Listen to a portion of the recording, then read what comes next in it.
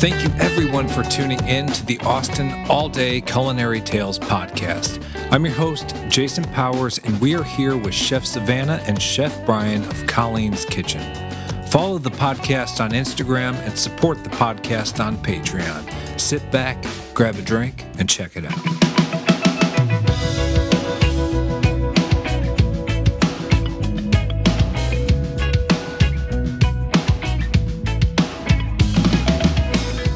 We are here with Savannah and Chef Brian from Colleen's Kitchen, and we are now recording. We haven't recorded. Oh my God. Well, hey, you know, life is technical. Sometimes you have to push the restart. God damn it. I'm going to drink Cheers. to that. Yeah. How you doing? Chin chin Oh, good Lord. I'm sorry. with my Coke Zero. That's okay. Okay. So, Chef Savannah, Chef Brian, Colleen's Kitchen, welcome. Thank you for coming. Thank you. thank you for having us. I apologize for the inconvenience there. No, none. None whatsoever. So we did get started with a little conversation about the industry. We were talking about hostile work environments, I guess, right? I mean, hostile work environments, positive role models, and being the person that lifts up the person below you and also above you. To be a champion you guys for have everyone. some history. Let's start there. You, Chef Savannah, you have some history with. You guys have known each other for what? How many years? Oh. Four and a half, five. Five. I don't know. I've known her since she was 18 and she worked at 18. La Madeleine. Yeah. Okay. So we've got a couple years. Before she started together. culinary school, or when she started were you in culinary school when you started there? Not yet. No. Yeah, okay. Yeah. In No, we've grown a Austin, lot. Le Cordon Bleu? Yeah, I went to Le Cordon Bleu in Austin. I was actually the last class that was there, which was unfortunate because, you know, period, point blank, as the year kept going and more teachers left and parts of the building were shut down, it didn't really feel like an experience. So you really had to focus on, you know, putting work over school, which got dangerous to juggle. But Can I ask for anybody who's wondering about the student loan? Did you guys get like forgived for that or whatever they call it? that I'm not sure. I can't speak personal. I did. My college was paid for. Oh, you know, okay. for adoptive purposes. Okay. Because I heard that last class kind of got out of their payments. I believe it. Yeah. They're not all letting him out of their payments. My other half went to Le Cordon Bleu too, and he has applied for the loan forgiveness, and he got denied. At least from my understanding. Was he the There last you go. year too? Yeah, he was in the last. I think he walked.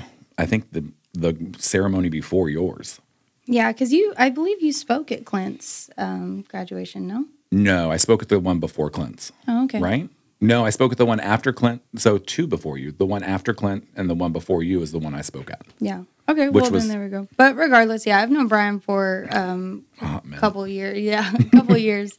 And we've been kind of off and on working together. We've gone our different routes and learned different things from different people. And inevitably, Even though I did consistently reach out to you when I was opening Colleen's Kitchen to get you to come and be where you are now, but I'm thankful that you didn't, because you going off to do what you did has now put you to where you are now. And Yeah. I don't think you'd be where you are right now in the abilities and everything that you've picked up along the way for So- that 1 year. I'm curious what you did, but Colleen's Kitchen is 2 years old, and you did open it. Yeah, I've been there since, actually, according to Facebook, that annoying thing that she doesn't touch ever. From today, Kudos. today was the day I got offered the job to be the EC there. So today was the day I got my hands and started doing the menus and everything else. Today? 2 years today. Okay. So I've been banging at those doors for 2 years straight, quite starting some time, today yeah. for quite some time. Sure. and it's crazy because Colleen's is a baby, but you know, like a baby, it's something that will inevitably grow into something so grand. And I think that's the idea that Colleen's is bringing, and the idea that Chef Brian originally came to. But I don't know. Opening a restaurant's pretty fucking hard. I don't know. I don't know if you know that I or did not. too. but it's a Maybe that's fucking- why she avoided the. So many people. Well, I mean, no. I did think 2 that- of them back to back. Yeah, I think that it's almost like taking a vacation before you have the money to do so, right? It's like, sure. okay, you can jump into this, but you don't have a lot of money. You know, if I were to reference it in a kitchen, if I took a sous chef position under Chef Brian with, you know, the very little knowledge that I had, then I couldn't blossom or I couldn't teach or perform not only to his standards, but to my own. We're all our own worst and, best critics. So what'd you do? I just traveled. I not traveled across, traveled country. through kitchens. Traveled through kitchens. And not like hey, I'm here for 3 months, I got to go. I held down a couple different jobs and learned in those kitchens, but I also took on my own time, I would stage at different places. And staging is basically just where you kind of work for free for the day.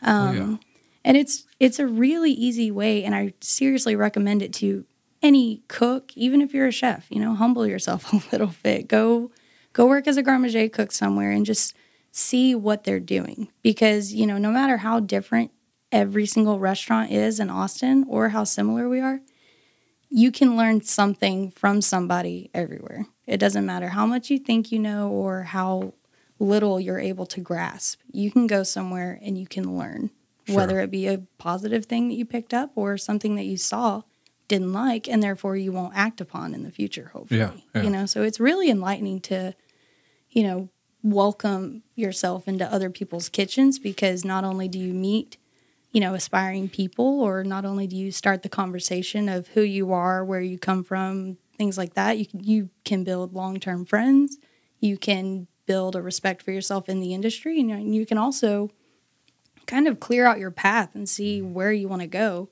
without having to sacrifice months or years of your life in doing so. You can just make a decision. Yeah. And it's really nice. It's Definitely. Really great. Do you guys welcome stages in Colleen's? I'm sure you do, but do you get them?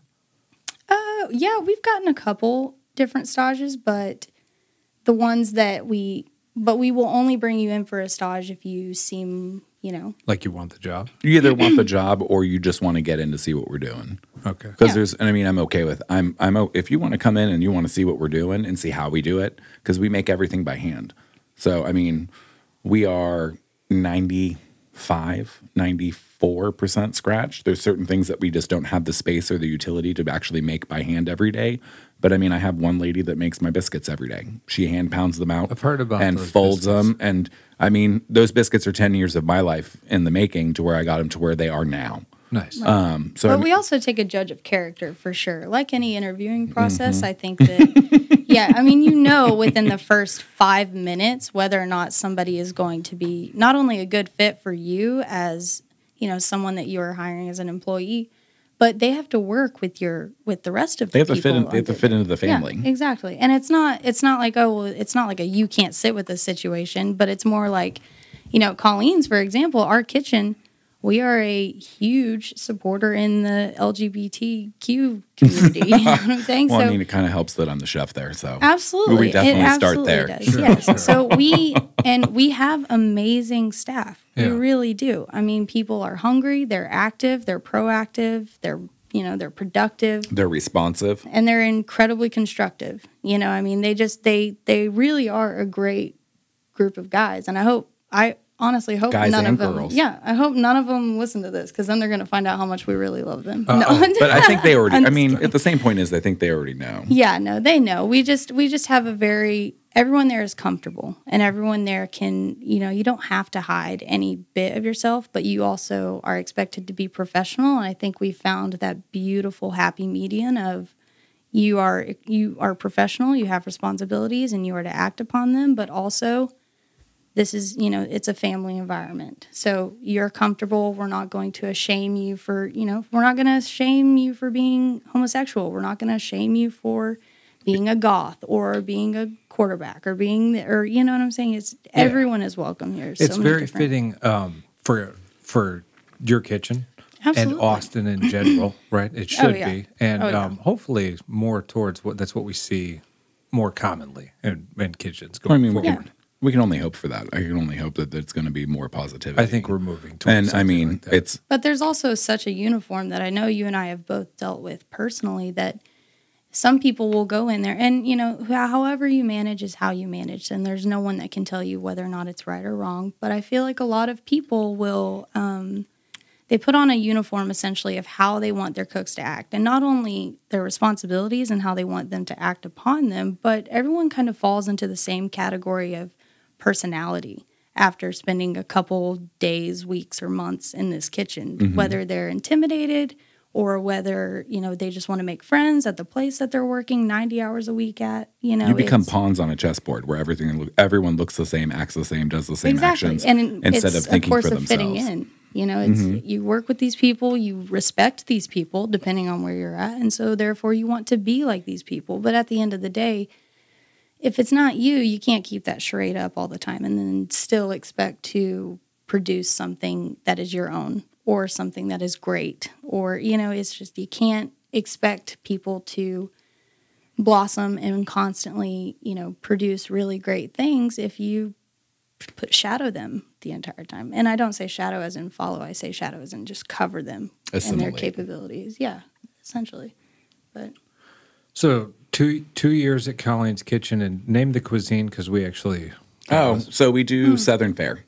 We do a Southern Americano. And before we were recording, it was an approachable. You read it. Yeah, so it's Southern. It's Southern Americano where you can pick up the menu and you know every ingredient that's on there.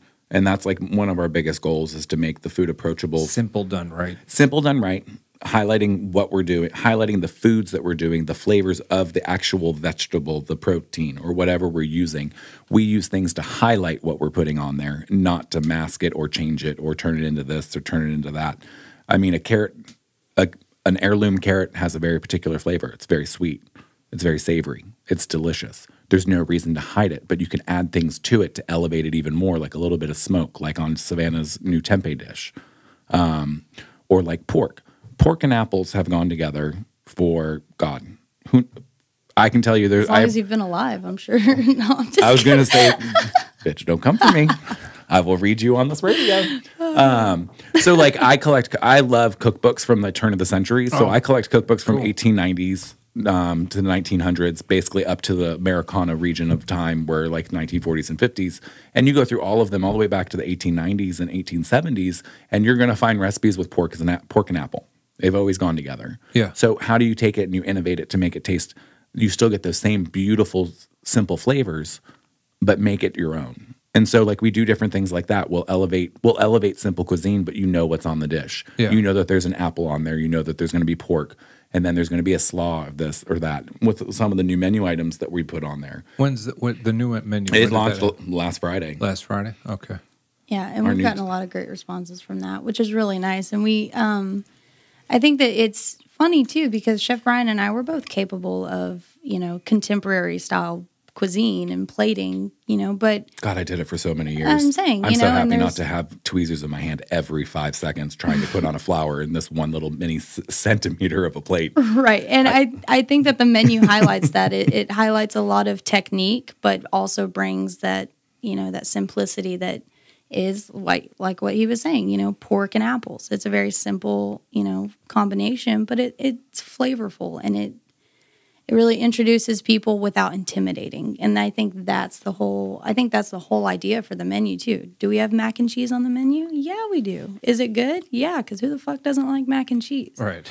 So it's not that we're not trying to, it's not that we don't want to fit into the food scene, right? Because the food scene in Austin is, in my opinion, I feel like it's in 3 different categories.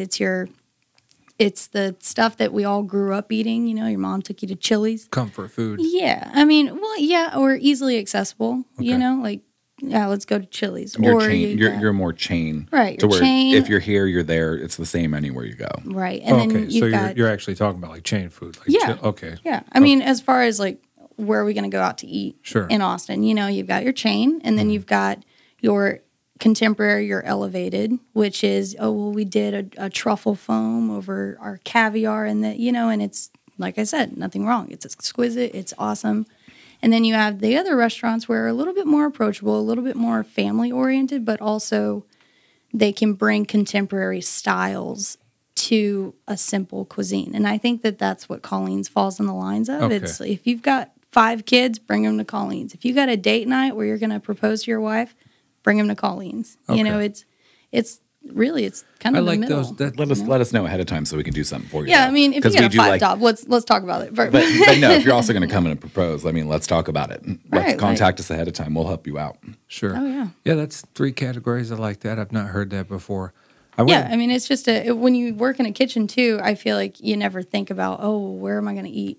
tonight. You know, you're either never hungry because of malnutrition. I know where I'm going to eat on most nights, but most of my staff already knows where I would choose to go. Oh, yeah, we've all got chefs are gross, man. Chefs either eat really good food that they made, or they're getting a double decker at Whataburger. Mm-hmm. Well, I'd like to or a Dairy Queen number 6 combo at Taco Bell. When you hear the word combo, you think chef. Because that's what we so there's two things I always like to ask on every podcast, and I usually ask later, but you already touched on cookbooks. So you like to collect cookbooks. What are some like standout ones? Are you into cookbooks at all? I'm into cookbooks. I'm more into the conversation, like letters to a young chef. Okay. Or, right now she likes to read. I like to look at pictures and read recipes. I mean, let's just break it down.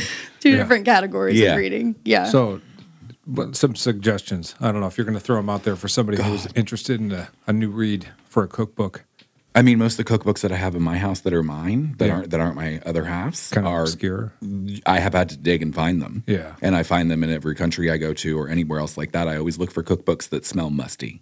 I mean, that sounds weird, okay. No. but a lot of my cookbooks in my house, I won't bring them in because they are from the 1800s, the turn of 1900s, 1910, 1920. Cool, and I look through that stuff because there's no pictures. It's literally written out stuff. And a lot of the ingredients we don't use anymore. Right. I'm not going to sit at home and boil my own bones to make my own gelatin when I can just go down the street and buy a couple sheets of it and call it a day. Different types of proteins. But I mean, a lot of the, one of the coolest ones I ever found, I found it, what's that secondhand store that's it's on South First. It's super expensive. I remember Book people? No, I know. It's a secondhand store where you can buy all sorts of knickknacks and weird things. And I went digging through one of the boxes, place, and I found this cookbook that was basically everything you needed to do to have a dinner party.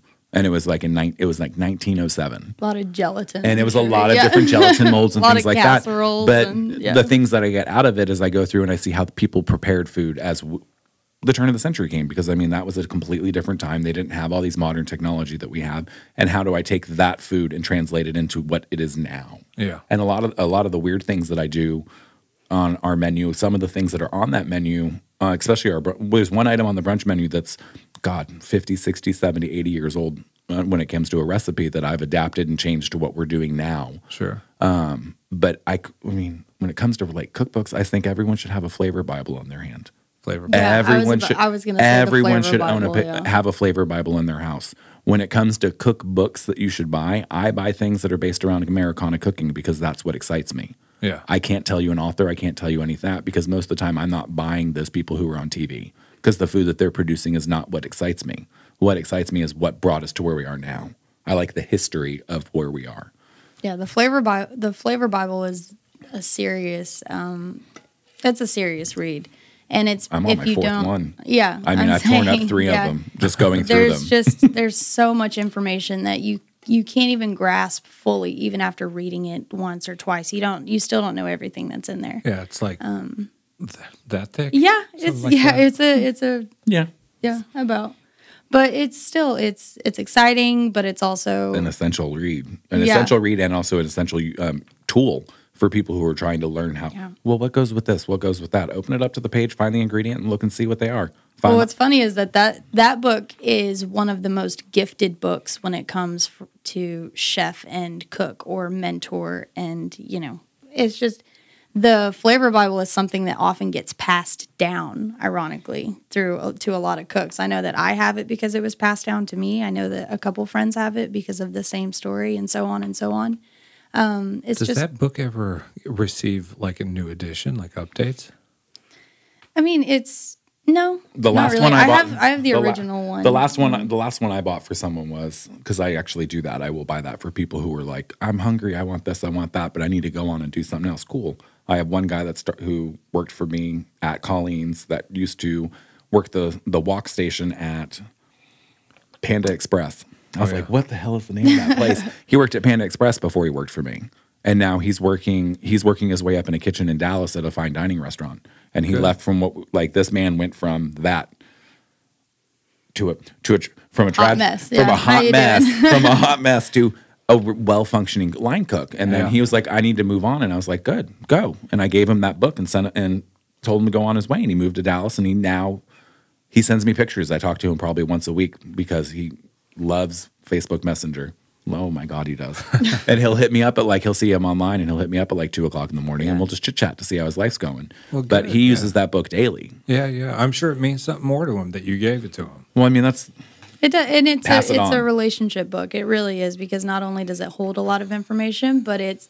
It is. It's a relationship book. Buy on iTunes. No, but it's something that chefs give people as a gift, and the best thing in a kitchen is the gift of knowledge. And I know that sounds cheesy, but it's true. It's not. What books did I give you? I don't give out. I give out management books now. Yeah. I give out books that my dad gave me when I was younger. Oh yeah, and each one is different. Like I think I've read Medium Raw by Anthony Bourdain twice now.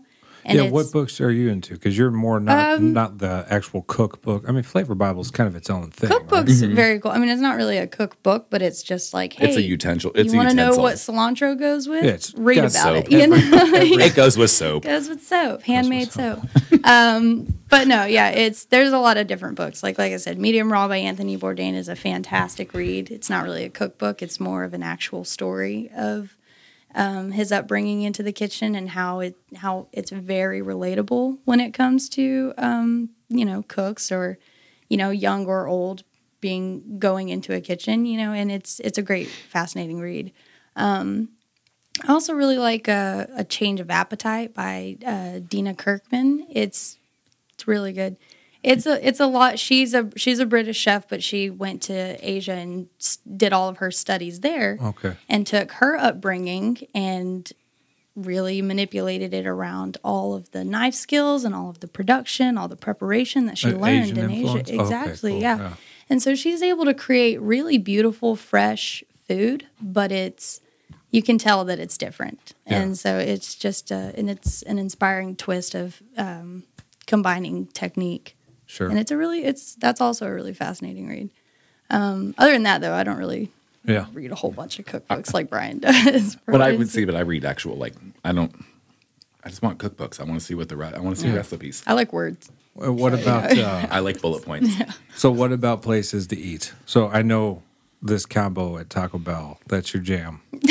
I'm sorry. Either Taco Bell or a Butterfinger and Heath Bar double candy blizzard I live out in Hutto, and we just got our first Dairy Queen, and I can't tell you how excited I was. Do they have food at the Dairy Queen too? I honestly, up until this one opened, I never knew Dairy Queen served regular food. I only thought they served blizzards. Are you serious? Yeah, it's twice as bad. As a kid, as a kid, my parents would bring us there, and we'd get blizzards. I never knew they had real food. And then we went to the grand opening day because I couldn't wait, because I had been waiting 3 months while I watched them build it, to go get a blizzard, and we sat in drive-through line for 45 minutes so I could get my blizzard. We're going to talk about that later, because no fucking way you drove by a Dairy Queen and didn't know they had food. I never pay attention. I always drove up, I said the same now thing. I understand that. Yeah. And I never pay attention. I drive up, say blah, blah, blah, and I go to the window, pay my $5 and drive on. Blizzard, that's my jam. And then we were in line, and my other half, Clint, was just like, can you get me a chicken finger basket? And I looked at him, I was like, they sell food?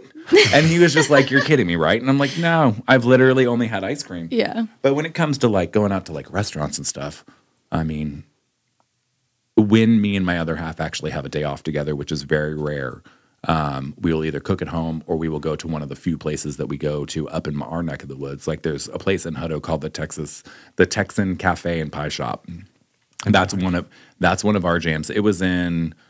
what was the Netflix show? It was a movie.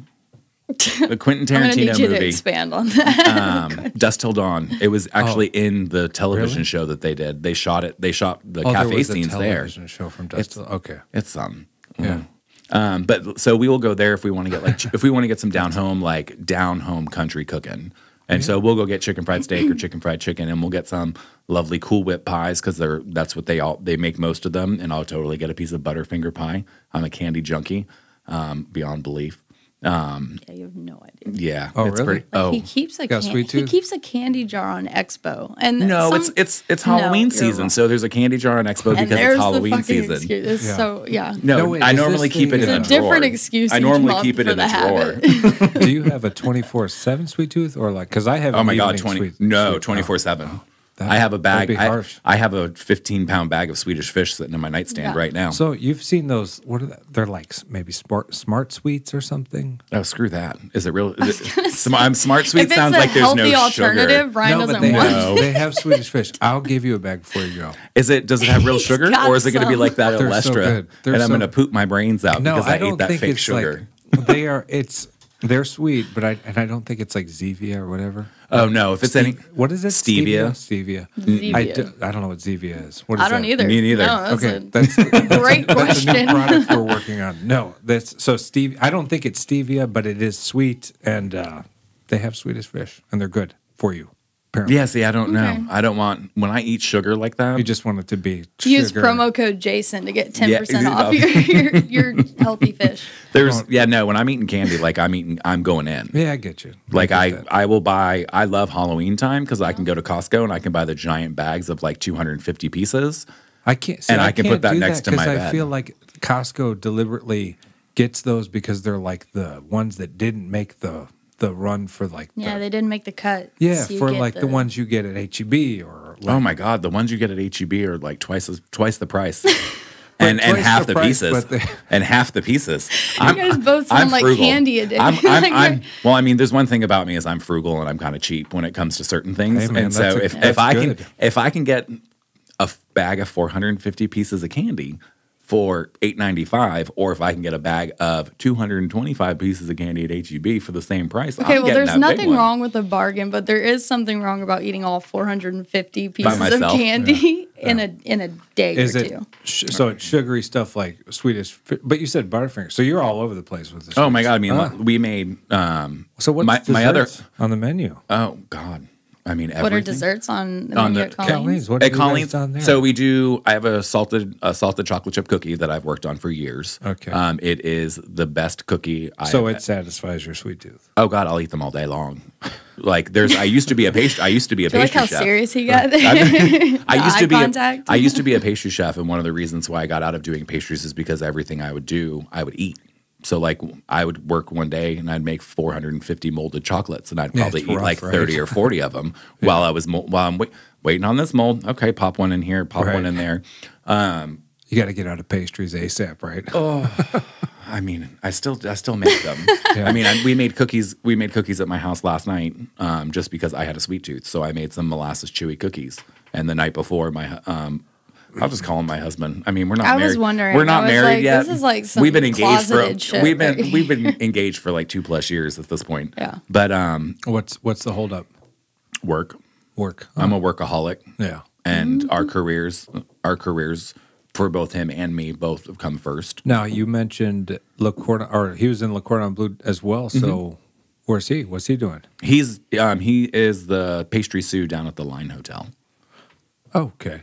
In which restaurant there? Or is it He does all the bread. He goes in at 4:00 in the morning So- or earlier and does all the bread, does the pastries. Him and his boss just bust out an obscene amount of We product. had Chef Dan from Dean's One Trick Pony Yeah. on here. No, I listened to that for sure. Yeah, and he's cool. I like him. Yeah, it sounded like you guys had a lot of fun on there. So like the palettas that they sell there, he makes those. Okay. He does all that. Oh, I'll have to go in and say hi.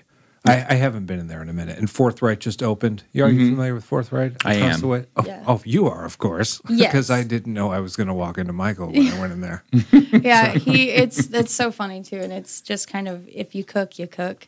Right now, he's trying to exit, not necessarily the culinary little scene, backstory but was he was going back to school. Yeah, and he currently. is. Yeah, right now he's in school, and he. But you I know, gave him a obviously golf needs to clap pay. for getting out of the industry, and he's in Oh. Forthright now. Right. Yeah. Well, I think that the end goal for him is to be out of the kitchen, not necessarily the industry. Sure. And I think that that's something that he and I have both realized, not that long ago is, the original idea was that he would grow and do something out of the industry and, try his hand at something new. But nature takes its course and you inevitably fall back to where you find the most comfort.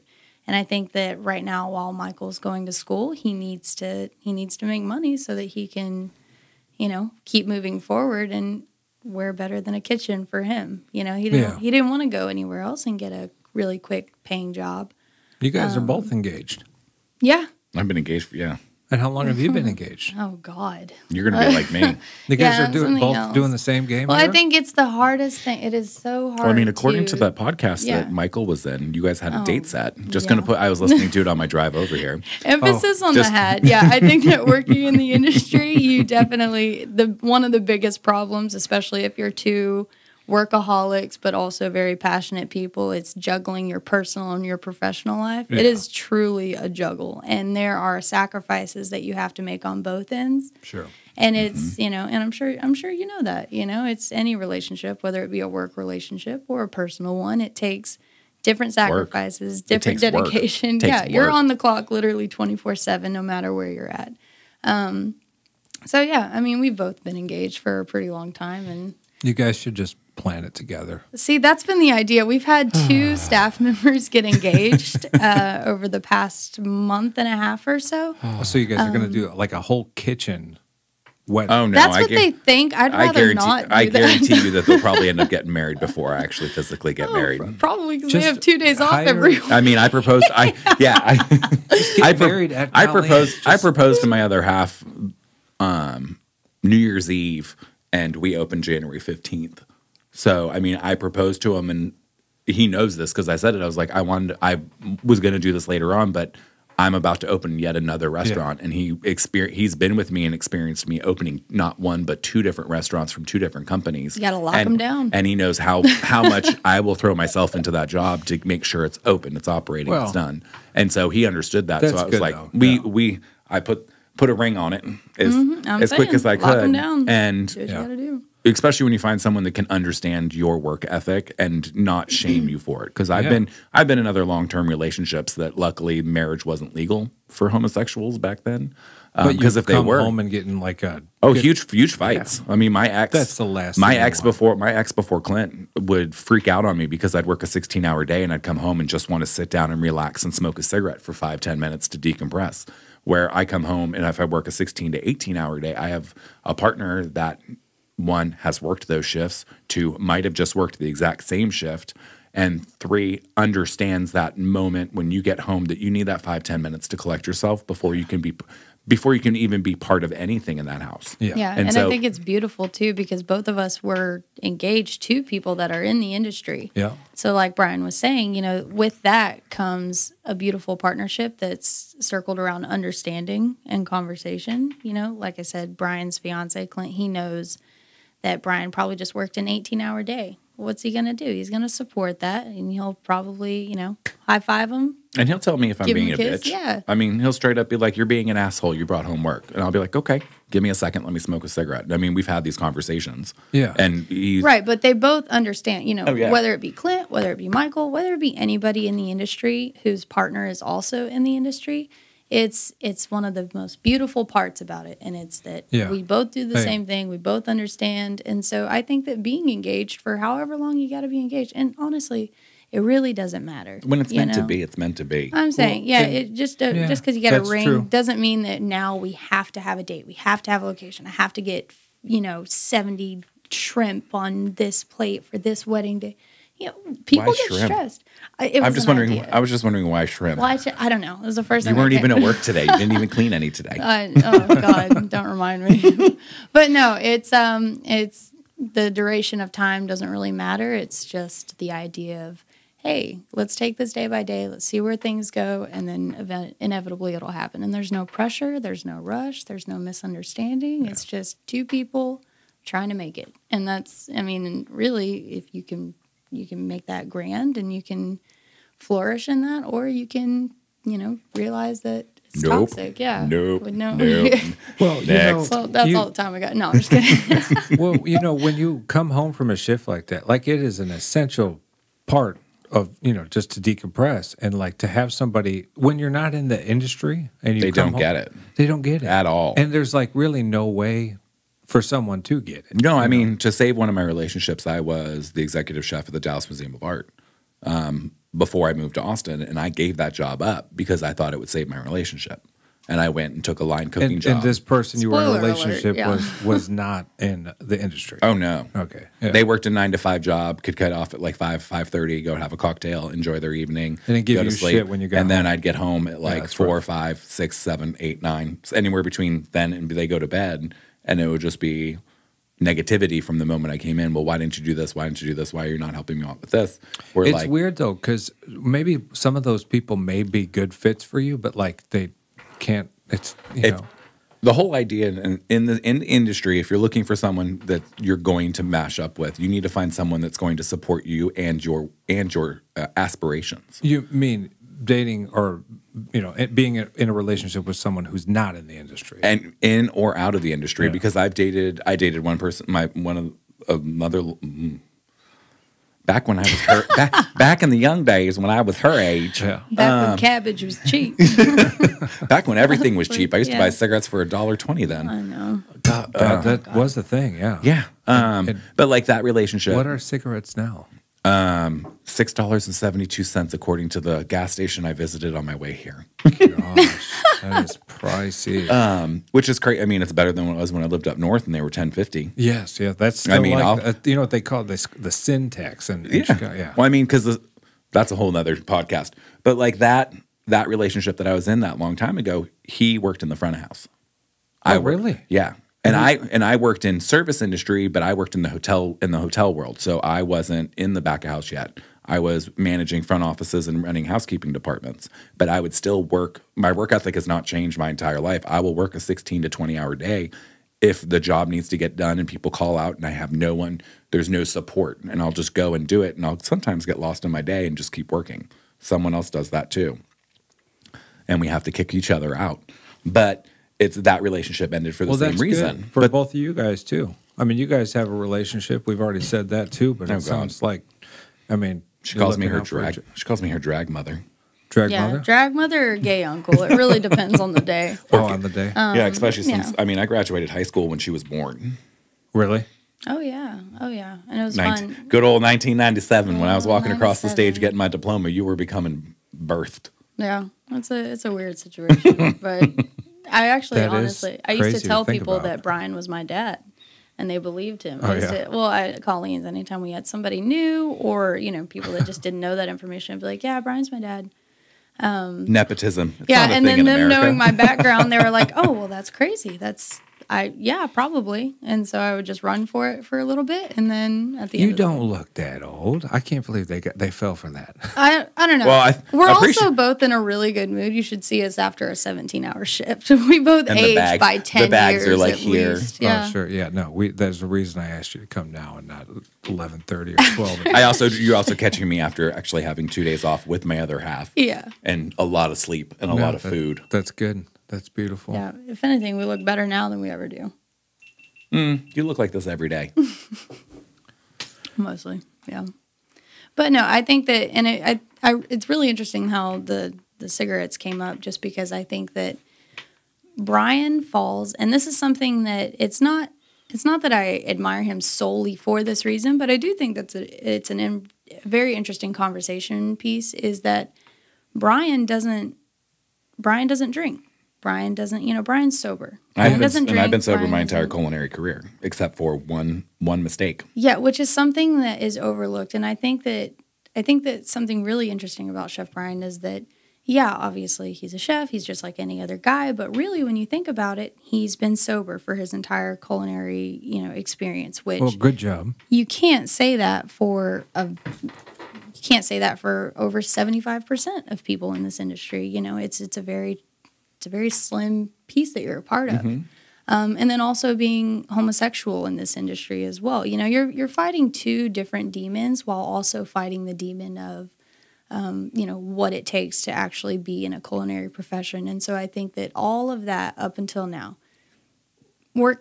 opening a restaurant is very difficult nonetheless, no matter what. But if you've taken on so many battles, opening a restaurant can be fun. After everything that you've gone through and all of your culinary experiences. Yeah. This last one was a good time. I had a blast with this one.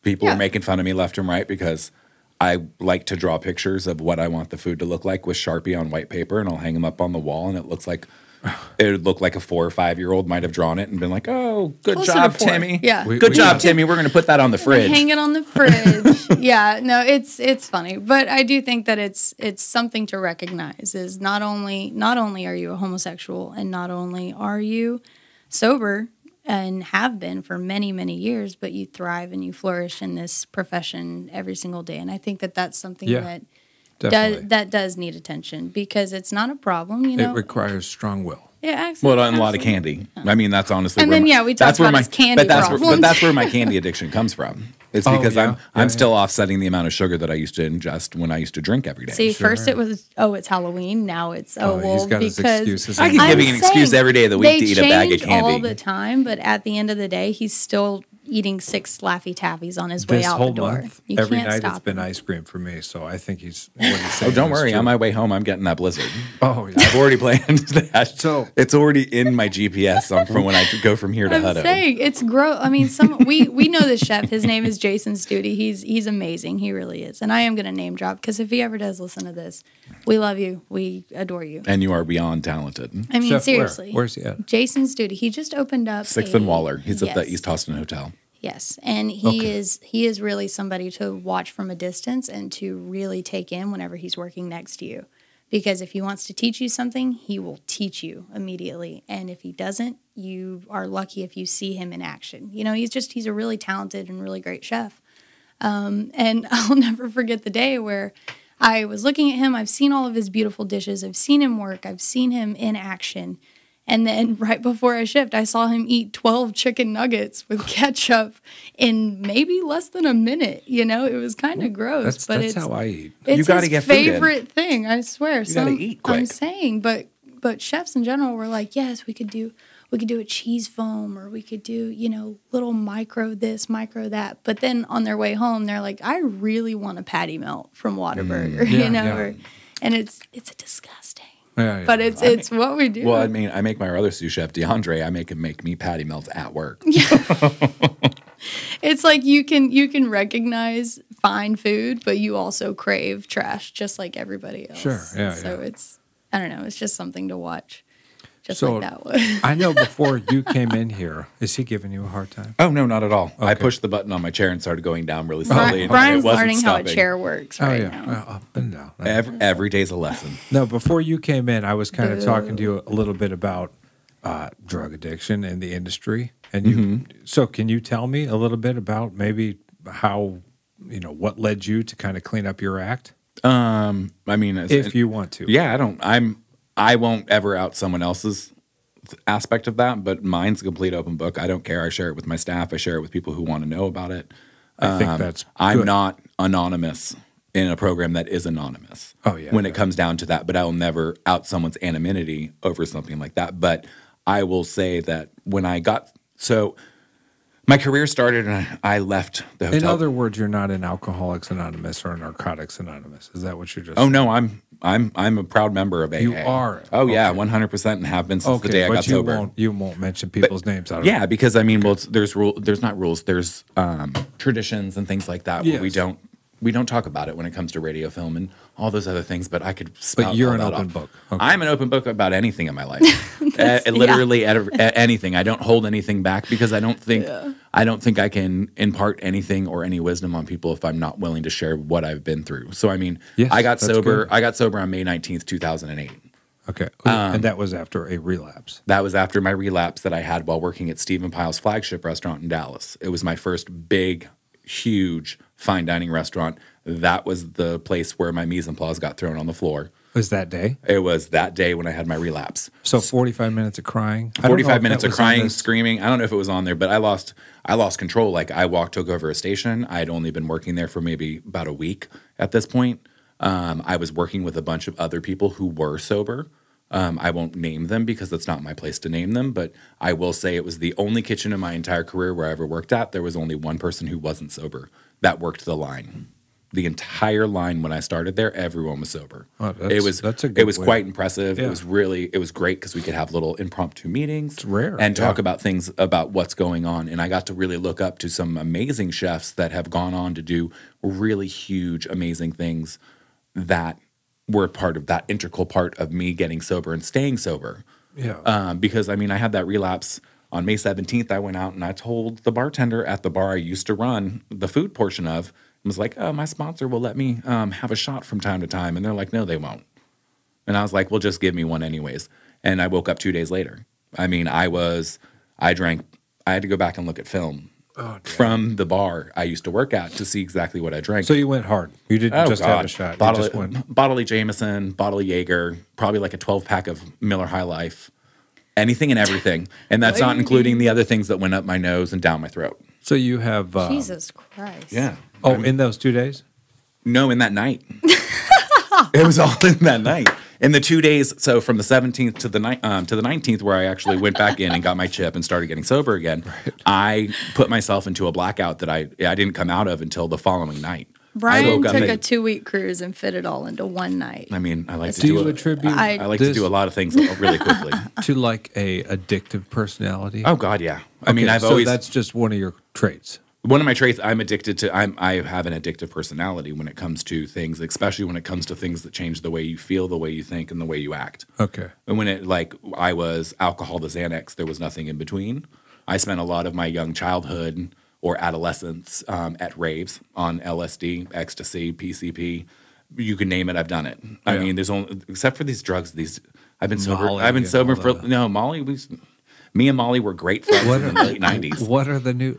ecstasy, I thought in the 90s is what they called it. But yes, for some people. But when you get knee deep, when you get down in the dirty and you see the people who are passing out and fishing out on the floor, you find other drugs. And pure Molly powder was something that I used to enjoy, and I would literally drink it and snort it along with liquid. What are the things they're using today? I have no idea. I hear things like, and this is going to make me sound old, like people like... I got sober 11 years ago. You sound responsible. And it was just like people would be like, "Oh, we're smoking cheese," and I'm like, "What the fuck? Why are you smoking cheese? Go put it on a burger." And they're like, "No, that's a type of weed." And I was like, "I don't understand that." And then like bath salts. I mean, all these other weird fucking things that people are doing. I don't think you're missing out on much. I'm not missing out on anything, but like I got sober, and it's like the whole aspect of that was, God, I mean, I could go around in circles and tell you a whole fucking story about my sobriety, but when it basically boils down to is that at one point in my addiction, I woke up and got sick and tired of being sick and tired. My family had basically disowned me at this point. I had no one left except for the people that I hung out with on a day-to-day basis. Bottom? Oh, God. I mean, you have to hit a rock bottom to be able to walk back. Yeah.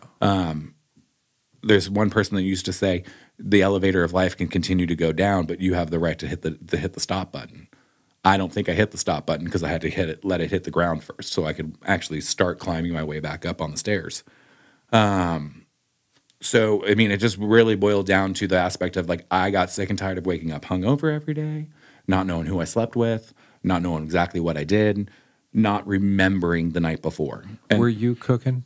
Then? Yeah. The last year and a half before I got sober, I was cooking at this hole in the wall on the south side of Dallas, and I was running their entire food portion. I'm just curious if this kind of addictive personality you have when you decided to clean up your act, not 2008, before that, when you cleaned up your act, if you kind of like applied that into the kitchen and just kind of went crazy working, and maybe the addiction aspect, yeah. I used work to distract me. And is that why you're a workaholic today? I think I'm a workaholic because of my dad. Okay. I mean, my dad's 70 years old. He's retired 4 times and keeps getting new jobs. And his work, dad's work ethic is like that work ethic of like the baby boomer generation that like, it's we keep providing. Yeah. And that's my sister. Both of my sisters have the exact same work ethic, and sometimes it puts us in a shitty position. But for the most part, like I will say that in the beginning, I used my addiction as a crutch to help me work. Because I would just throw myself into it the same way I would throw myself into a bottle of whiskey. I would work as many hours as I could. If I could come in off the clock, I would work off the clock. I would keep myself inside work so that way I wouldn't step outside of work and go to the bar. Yeah. And back then, I lived in a transition home because I had nowhere else to go. So, I mean, I lived in a place where I had a mattress on the ground. So you didn't really want to be there anyway. So, I mean, sometimes you want to. I mean, I'm not going to lie. The transition home was a place to teach you how to live as a normal human being. You got fined if you didn't do laundry. You got fined if you didn't clean your room. You got fined if you didn't do the dishes. Wow. And I signed up for this. Yeah. You paid less rent. Like your rent was less. We all chipped in to pay for the house together. It was in a nice neighborhood. It was to give me a place, because the place I lived at before, my mom drove by and wouldn't even get out of the car. Because, I mean, we had a crack house up the street that used to have people walking by all day long. We put a 6-foot pentacle out front of our house to let people to leave us alone. God, Oak Cliff, Texas. Go, baby. Oh, God. That's where it was at? Yeah, my halfway house was in a different, rougher section, but it was actually rather nice. Yeah, you had a good time, sounds like. So on this, and like talking about this, you've seen Philip Spear, and you know he's cleaned up his act as well, and he's doing this stuff at Commodore down. Yeah, they're doing the run, right? The run, and they also do meetings at 11 a.m. Now they call it Ben's and Friends. What is that? I was researching that the other day because I don't live in Austin. I don't really participate as often as I used to. When I first moved here, I lived in Austin. I participated in the GLTB recovery community quite frequently. I would help do these different things. But since I moved out to the country, I go to meetings here and there, so I don't really pay attention to what's going on in the city. But I did see that, like, he has the Ben's and Friends where they come and they meet and they talk about addiction, they talk about their struggles, they talk about their stories, they talk about all this stuff. Who is Ben? I couldn't tell you. Okay. I mean, it's got to be someone that they knew that might have died from the addiction, because normally it's Bill. Because, I mean, you have Bill and Bob. Bill and Bob are the creators of AA. Okay. And so, like, normally if you go on, like, a cruise ship, maybe it's like Ben and Keith. Ben and Jerry. I don't know. I don't know. Ben and Jerry. Ben and Jerry. Yeah, no. All good ideas. But, like, if you go some places, like, if you go on a cruise ship, you'll see Friends of Bill meeting at 6:30 in the lounge. That's a sign for people who are in the know that that's going to be a group of people who are in AA that are on this cruise that you can go chit chat with. Did they have that on your cruise that you just went to? Every cruise I've ever been to. Did you go to any of them? No, Okay. Not this time, because I was with my entire family and my husband. Right. But I mean, I have gone to them before on other ones. But when it comes down to it, they're reaching out and finally starting a conversation that, as I said, when I worked at that restaurant and when I worked at Stephen Pyle's in Dallas, I was lucky enough to have that experience, to work with other people that could show me that this industry is fucking hard. It'll tear you up and it'll spit you out. You do not need to walk out of here at the end of the night when you're pissed off because you had a bad shift and go get a beverage. Right. You can walk out, check out, leave it there, and learn how to live your life without letting your downfalls within your work or your downfalls in your life make you have to pick up a cocktail, pick up a drug. It's self-destructive. Yeah. Yeah. And I mean, it's a hard thing to do, especially in this industry. Because, I mean, I used to work next to a pastry chef, and she would look at me and she's like, I don't understand how you do this and don't want to drink at the end of the day. And I was like, to be truthfully honest, all I want when I leave here is a 99-cent Arizona iced tea that I can pound like someone pounds a tall boy. Because that nice, refreshing, beautiful flavor of iced tea to me will take me right out of whatever's going on in my head, and I feel like I got that drink the same way other people did. Yeah. You know, I have these I've been trying to get Philip in here, but I'll ask you something that I also want to ask him, and I want him in here because he's doing these kind of meetings. Mm-hmm. But I know that if there's someone who wants to get help, who's listening to this, who's in Austin, and he's offering that, you know, some people don't want to walk into the situation and say, yes, I'm here. And it's hard. It's the hardest thing I've ever had to do. I had to walk into a room and say, hi, my name's Brian. I'm an alcoholic. And I said it in front of a group of people that I have never met. Right. And that was humbling. And it took some courage. It took some fucking balls. So there's some people who aren't mustering up that kind of, they're not brave enough to go do that right now. So my question for you is, since we're doing this and maybe somebody's just listening instead of having to get up and go somewhere, what are your words of advice for somebody who may be going through drug addiction or alcoholism or whatever it is at the end of their shift? Before or whatever. If you're really trying to like get clean or try to turn your life over a new leaf and really kind of get into that aspect of sobriety, you have to want it. No one else can help you if you're not willing to want it. Like no one could have helped me get sober if I was not at the point where I was ready to be sober. I can give you advice. I can tell you what I did.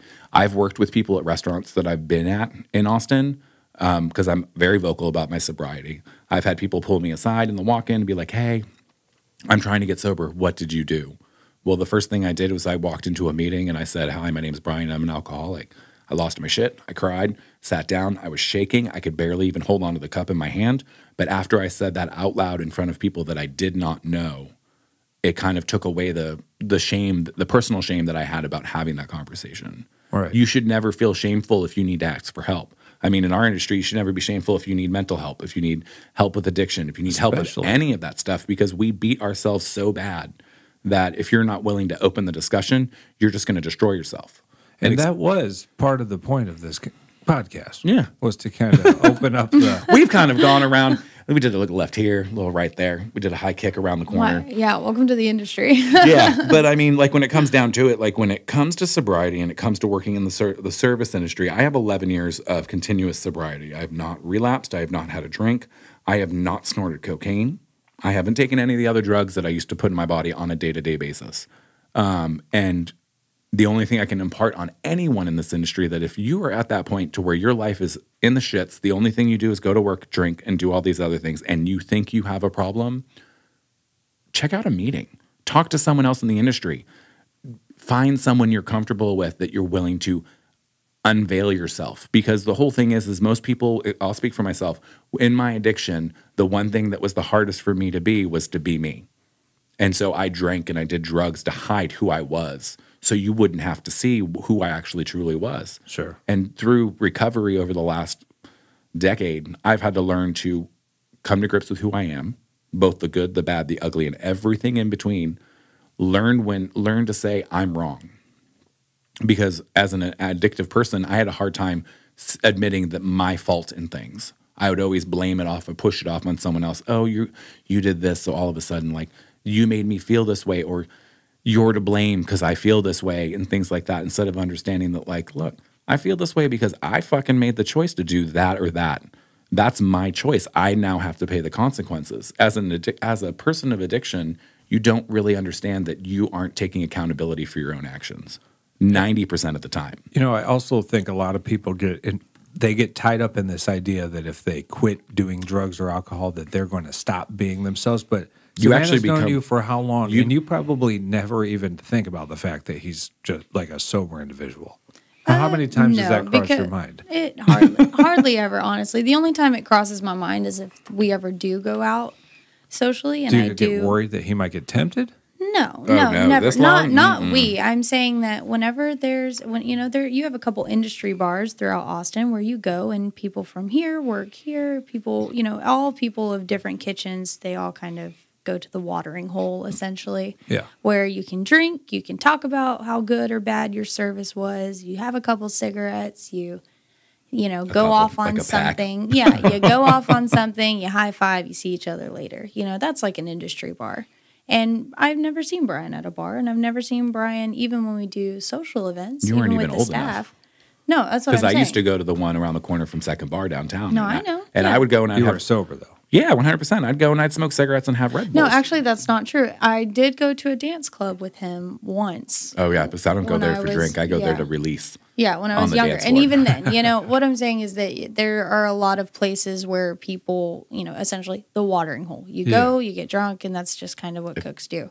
Brian's never attended any of those things, ever. Right. Not in the time that I've known him. Now, what's happened in the past is in the past, but my perception of him is that what he has is enough for him, and it doesn't involve alcohol. Sure. Or, hey, here, do you want some of this, some of that, whatever your choice is. Yeah, so I think you're touching on like the camaraderie when you guys get together at the end of a shift. I mean, at the end of the day, Brian is Brian, but I'm not a super. I drink. Michael and I drink. I know. I know. I'm telling you, we indulge. We truly indulge. I'm gonna fucking snap. No, we do. We like to indulge and we like to treat ourselves to a drink. But at the end of the day, I don't drink enough to have it identify who I am as a person. No, yeah, and my husband drinks. Exactly, but also and it doesn't even bother me. I don't have a problem. I don't know a whole lot of people with the problem, but at the end of the day, I see Brian for Brian, and I'm sure he sees me for me. So it's not perception-wise. And you've got a lot of time under your belt to say, 11 years. But like I'm just. But I mean, the whole thing is like something could happen today, and I could go to the bottle tomorrow. I mean, in those 11 years, I can't say that there hasn't been moments in my bottle tonight if you wanted to. Honestly. I wouldn't But even. we're not I gonna wouldn't do waste that. my. I wouldn't We're not- waste. I would not What? waste my sobriety for either one of those. No. I'm a bougie. What bitch. about Red Bull and a little mix? If that was a 25-year, no, I still would no. I mean, I'm at the point now in my sobriety that I just would not think about picking up a drink. But there Yeah. are times in my I am night. not trying Look. to tempt No, you, but there are times in my night where like It's all I'll have a poison rough at the day end and of I'll the think, you know what would be really good right now? A margarita or a cold beer or a shot. But then I've been around that so much and I've thought about my actions and my repercussions from what I've made, the choices I've made throughout my life, that I can automatically trigger back to what, oh God. Well, and with addictive personality, I'm sure it would be like a 2-day blackout, wake up again thing. No, I'd probably kill myself this time. I mean, to be truthfully honest, the last time, luckily, I had not been sober long enough to where my body had fully cleaned out. The last time I got sober, I went to a doctor and he put me on medication for my detox because my DTs were so bad. It was called Librium. And he put me on there to help with my kidneys and everything else because I was detoxing from drinking.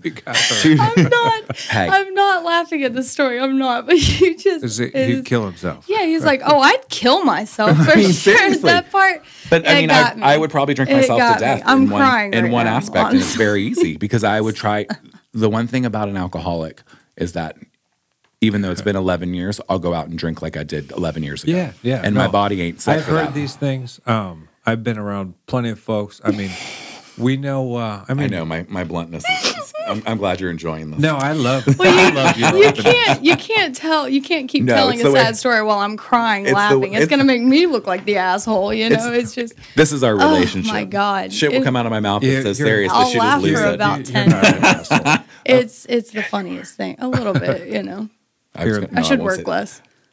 I've already cut your schedule down quite nice to give you a work home balance. Anyways, here we go. No, I'm just kidding. No, but I think that it's a big deal. Brian being sober is not and whether it be from an outside perspective or someone that works with him so much that we're probably going to get married before we get married to our others. I can't marry my daughter. We are in Texas, but we're not close enough to Arkansas. Eek.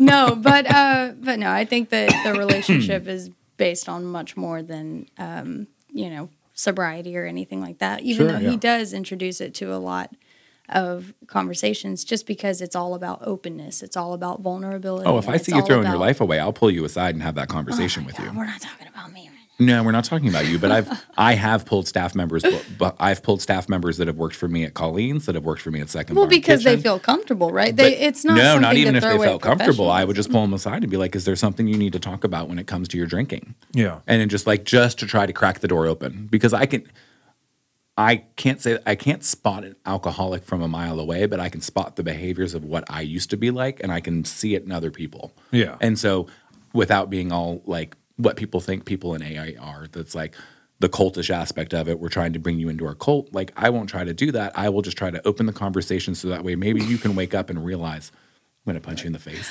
Please do. I'm going to punch you in the tit. Shut me the fuck up. Because I was like, the last question we were asked was what desserts are on Colleen's. Oh, shit. No kidding. and it sparked Sweets. We got cookies out there, and then now we're here, which I don't mind. It's a hell of a journey. Salted chocolate chip cookie. So and what else? We didn't even go. See how that cookie opened up conversations. But I mean, he did. But before we sat down for this, he definitely was trying to talk about that. But I just to wrap up the whole being sober in this industry is that the only thing I can do, and the one thing that I don't pride myself, the one thing I strive for in my management style is that I am approachable. My office doors are always open. We can close them and have the real life conversations. As a boss, I should know how your personal life is going, whether it's good, bad, or ugly, so that way I can better know how to manage you. And that comes into the sobriety aspect. Did you go out and have a bender last night because something personal happened in your life that you're going to regret the next day, and that's going to bring it into the kitchen? Sure. It only helps me help you if I know what's going on. And it's not that I want to pry into everyone's life. Yeah, but do you I've get your built staff open with you? Yeah. Okay, good. I mean, literally. You don't push for it. If someone doesn't want to open up, No, I ain't gonna talk. stay I'll walk away. Very professional. Yeah, But but if they everyone come to understands you, that my ears are open for anyone who works for me. Yeah. We don't have to talk about the sobriety like continuously because I have a million questions, but I'll I mean, I'll go off on sobriety anytime you want. No, but I'll go off on every other question too. No, High kicks and splits. Ask your next question carefully. We also have banana pudding. Yeah. banana pudding. Cinnamon roll coffee cake, which is off menu right now, but still available. Sounds good, though. And then we also do a pie of the month. And then I also try to add another pie in along with more dessert specials as that goes. Because I used to be a pastry chef, so I try to add in as much of my old flair as possible. Nice. That's so funny. Tickets and badges. Yeah. We got Claire, why don't you have 13 pieces of flair? I love it so much. So we got sidetracked too with your places to eat. Where do you go? Because he's out in Hutto, Texas. Yeah. I go out to George and then in Georgetown, El Monumento. I think it's El Monumento. Yeah, I think it's one of 3 places. Michael and I will probably go to Whataburger a lot. I think we keep that place in business. We go where everyone else goes if we want. You keep that place in business. Come on. Single-handedly keep that place in business. Come on, Chicago. Right. No, and then where else do we go? We probably go to Ramen Tatsuya a ton just because that's where everybody goes. Have you been over to Kamari yet? Yeah. Oh, yeah. We've been to all of the new locations that they've opened up. We're just a fan of the place. The ramen. Yeah, absolutely. Yeah. And, the different types. And I know Kamari does more of like small plates of things where you should really try their Hot Pockets. I'm just saying they're so good. Okay. But then we also go to places like Barley Swine or, we'll go to Brewer's Table or something like that. We'll try to be adventurous. Swine is a repeated offender on here. They come up all the time. Yeah. I mean, they're delicious. Yeah, they truly are. They have, and in my opinion, as as a diner, let's just say that, as someone that goes and as a guest in What their about home. the Star Seeds? Star Seeds. Star Seeds. Star Seeds. I'm starting to work with them. The tavern and Star Seeds apparently are the same. No, one. Star Seeds I think is somewhere that I feel like a foreigner in this conversation because I live so far north. Star Seeds is a place. Star Seeds, you probably. It's kind of, you have to go through a Days Inn to get it. Yeah, welcome to you in 97. Oh my God, yeah. It's like a you grungy in 97 24-diner? would have loved it. Yeah, it's a very grungy. I know that they remodeled it recently to look like how it was, 20 years ago or so. So it's This was super. on Michael's podcast. That's I was too busy laughing at the baby names and everything else, and the fact that I could just see her. I've known when her you for give so Michael long. I a could lot see of how drinks, he angry she was becomes- probably getting at him while he was listening. Oh my God, I can't believe he's sharing that. Not at all. It just makes me laugh. Michael is a very sweet and polite man, but you give him too many whiskey drinks, Which I did. and which I fucking bet. Yeah, absolutely bet. Yeah, y'all like to drink. But I don't know. He just becomes a super open social butterfly that normally he's really not. He's normally very reserved. Yeah, he seems reserved. He's reserved. He's kind. He's respectful. And then one whiskey Coke too many, and he's like, "Let's fucking party," And it's just it's really fun. Yeah. No, Star Seeds is one of those places that you really don't go to unless it's 4 a.m. There you go. Don't feel. Yeah, there you go. It's 4 a.m. You're hammered and you want chicken fried steak that's 10 minutes from downtown. Whether you get sick or not is your own. But I mean, normally if you're getting sick on chicken fried steak at 4 o'clock in the morning, it's not the food. Well, It's the combination of the food, probably what you're smoking, and I what you drink. don't recommend Star Seeds to anybody in this profession. That's one of my secret places. There you go. Whoops. But no, it We'll is. edit that out. I'm kidding. No. I'm kidding. Don't go. No, I'm not going to advertise them at all. But no, those are mostly the places that we like to go eat. Something either convenient. We do frequent Taco Bell. We're never too good for fast food, and especially as cooks or chefs, because I have people that don't work in this industry whatsoever, and they automatically assume, even the people in the front of house that work at Colleen's, they assume that, if you're just because you're a chef means that you're making some beautiful, extravagant meals at home every single night for dinner. If you're off work, depending on who you are. I mean, I will say at our house, I will make ridiculous meals for my other half. Occasionally, right? Not every single day. Anytime we're off together, at least one of those days, I will cook a huge. I made chicken-fried chicken, really, with bacon gravy, buttermilk mashed potatoes, and like bacon wrapped green beans. It's probably for you when you do that, like a different pace for cooking. You can actually enjoy yourself. I love cooking for people in my home. Oh yeah. Yeah. It's like rather than which is having weird to cook for Austin, right? You get to cook for a loved one and just when you're a nourish line somebody. cook or a chef, you're cooking and you're timed. Essentially, you are timed. You're being watched. Oh yeah, no. When I cook at home, I have the whole day. You have to follow everything. Music. Yeah. I was about to say wine or something, but no. No music. Oh, every time. normally I normally have some kind of candy or sweet. Right. Sometimes a melon, and I'll be eating that while I cook. But for the most part, like I mean, my husband made tarte tatin the other night while I was making Italian sausage and peppers and bread. What are you guys doing? We have Thanksgiving approaching. What do you guys do? Do you guys get stuck cooking for your family? Every stuck fucking working? year. Yeah, absolutely. You go home and people automatically assume, and I've got 8 brothers, so you go home and all 8 of them are just freaking out, and they're like, "Oh, we're gonna get this, we're gonna get that, we're gonna get this." Or if I don't cook because I'm on vacation and I don't want to cook, I get it from all of them. Well, I'm convinced if your family makes you cook and you're a chef, that they just secretly hate you. See, I will say, like with my family, they don't normally make me cook, and my mom always strives to make sure. No, my mom will always strive to like make sure that I don't have to. But then they'll start asking me. She loves you, but she'll start asking me questions. Hey, how would I do this, or how do I do that? Whoa! And then my older sister will normally start a project, and then you get to jump in, and then I normally end up having to jump in and help finish, which I don't mind because it's the family dynamic. They also are like, well, we didn't watch you go through school, and we didn't help support you, and we didn't help raise you to not reap the benefit of having a chef in the house. Sure. So like if I go home, I'm definitely grilling steaks, I'm cooking whatever food, but they won't force me. I don't mind cooking. My Italian heritage says cook food, put a smile on a person's face. And that's really kind of like... I think that's less of the Italian, and I think that's just more of the cook in you. I mean, more of the chef in you. I don't need to eat when I'm eating with anyone else. I'll cook at home. I'll cook for anyone in my house as long as I see your day lifted by the food that you put in your mouth. And I think that's what speaks for someone who really is a great chef, or the whole idea of a restaurant concept is that you don't really need to eat the food that you're making, but so long as it brings people joy or, creates an emotion based on that one dining experience is what deems success for a lot of people. Like it's as minute as it is. I don't need accolades. Like you sent the questionnaire, like what kind of accolades do you have? And I almost wrote on there, I don't fucking care about them. Yeah. I don't. I mean, I said notable work. Notable. Oh, sorry. I mean, I don't remember the question. I read my brain was like, do you have any notable things? And I was like, the questionnaire he sent us, you just put, I don't fucking care. I mean, I almost put that, but it's like one of those things. Like I was going to say, when it comes to accolades, I'll take that for an answer. When I come to accolades, I don't. Yeah. I mean, I have friends that have been. I have grown up in this industry and watched people that I worked right next to at the same level go on to Top Chef and do really great. I've seen people get cookbooks, open their own restaurant. Shout out to Mike Winkelman, who's been on this. He's going too. Not Top Chef. What's the show where they uncover everything? Chopped. Yeah. And the sole reason is he wants to win the $10,000. He just needs some money. Yeah. So I would do it. I'm not even going to lie. I would do it to pay for my wedding. I absolutely believe that. Yeah. I would do that just to pay for my wedding. It's a pastry.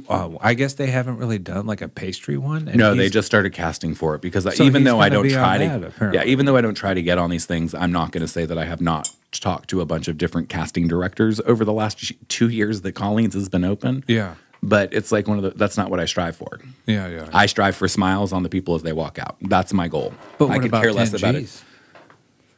See, now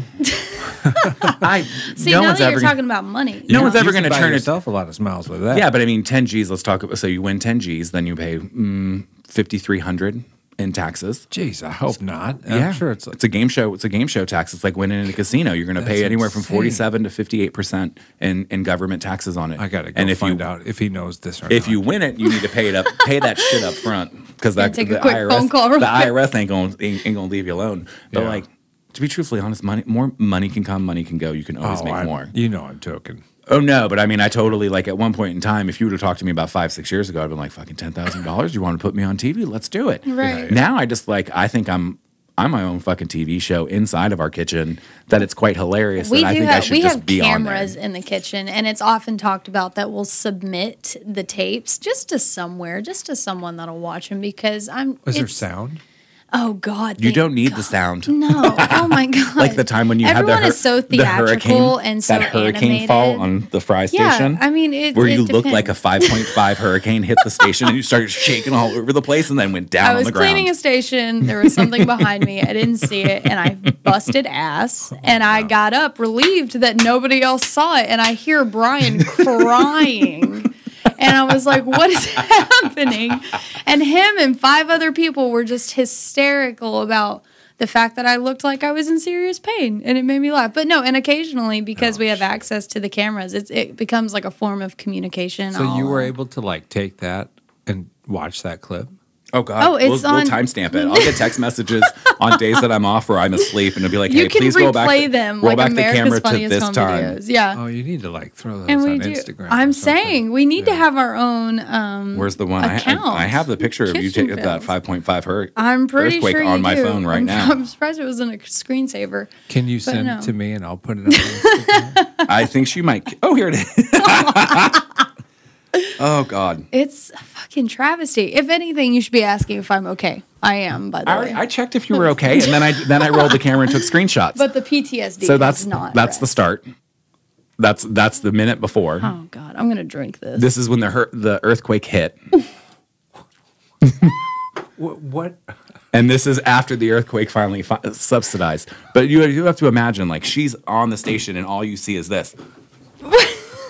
And then she goes down on the ground. And it's one of those things that, like, at this point in time, the reason why we were probably taking the screenshots of these things, because me and Savannah were probably working anywhere from 70 to 80 or 90 hours a week each. Yeah. So the exhaustion level and our delirious and some sense of the things humor that were said, said and done for sure. Like I knew, I kind of developed, when you're around a person for 90 hours a week, you get to know them pretty well. You might as well get married. I'm saying, you know what? Let's I can't go marry my daughter tomorrow. That's right. That's right. true. Yeah. Okay. No, we'll put that under the table. You have a toolbox that I don't want. That's true.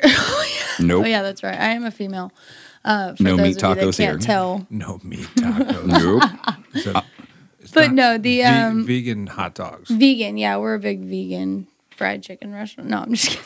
I was like vegan hot dog. But no, I would remember and know the times that Brian would be looking at the camera just to, make sure things are okay. Not that it was, untrustworthy, but because at that time you could clock either of us doing something ridiculous that would make one of us laugh. And God, yeah. I knew, and so I would do something in front of a specific camera, whether it be dancing, whether it be dropping something, or one of our line staff ripping his coat open as if he was going to be one of the big boys on the stage. It's like if Brian's going to view this as TV, we're going to put TV on for him, So we would do something. You guys should do. Yeah. And so we put something on in front of the camera. We acted out a whole thing.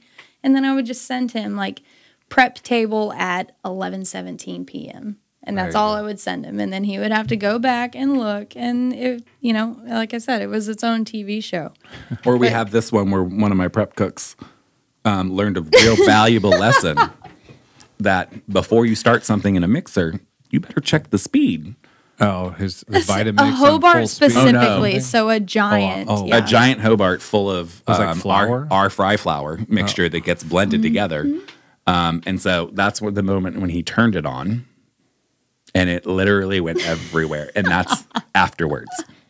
It covered the entire back section of our kitchen. And as a cook, you go through so many of those. I mean, kitchen fails and stuff. Oh, yeah. Her on the floor. Oh, no. The flour. I'll be more than happy to. And wait, hold on. Do I have your permission to send him these pictures?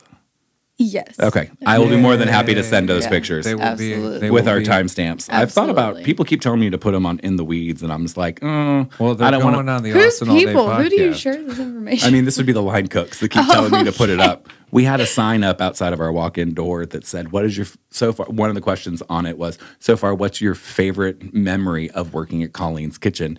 And I didn't put it. One of our line cooks put it, Savannah's personal earthquake on the fry station. And I walked up and lost my shit and literally signed, I agree. I second that notion. Because she was there that night and we both did not know what happened. We just look over and she's on the ground. And so I had to roll that tape back. I've had many nights like that, so it's not a big deal. We can just put this one under the table. It's like Bush's Baked Bean. Roll that beautiful bean footage. No, the fuck you did. Well, I'm not going to keep you guys all night, but those are going up on the Austin All Day Instagram. Great. Which you're I'm on excited. Instagram? Oh, yeah. Okay. Oh, yeah. All No, right. you've had I am really now. great people on here. So, Well, really thank you excited. guys for coming in. Select. Absolutely, yeah. Thank It was you. a good No, time. thank you for having us. I know I say this, it's probably redundant to people who listen, but please come back. Anytime. Absolutely, Anytime you want to. Yeah, You just let us know. We'll be more than happy to join. for sure. Yes. Because there's so much more to touch on. And I mean, Oh, when it yeah, comes to that for too, sure. if we can get my other sous chef DeAndre in here, you'd have your Yeah. own. You would have your own comic. That's a book whole different clientele, though. You of would have an information and entire. It'd be like a mini entertainment, yeah. drag show on your podcast. I mean, it really is. Working in the kitchen it's professional, but at the end of the day, you're watching a bunch of drag queens cook food, which that's paid entertainment right there. yeah. So it's a good time, though. But no, thank you, and No, for we'll sure. always come back. yeah, for sure. I appreciate it immensely. thank you guys. And hopefully this one will be up on YouTube. But I don't know. Because these have been beeping at us. So I'm not sure what's going on. But I really do appreciate you guys coming. Absolutely. Thank you. Thank you so much. Ciao, ciao.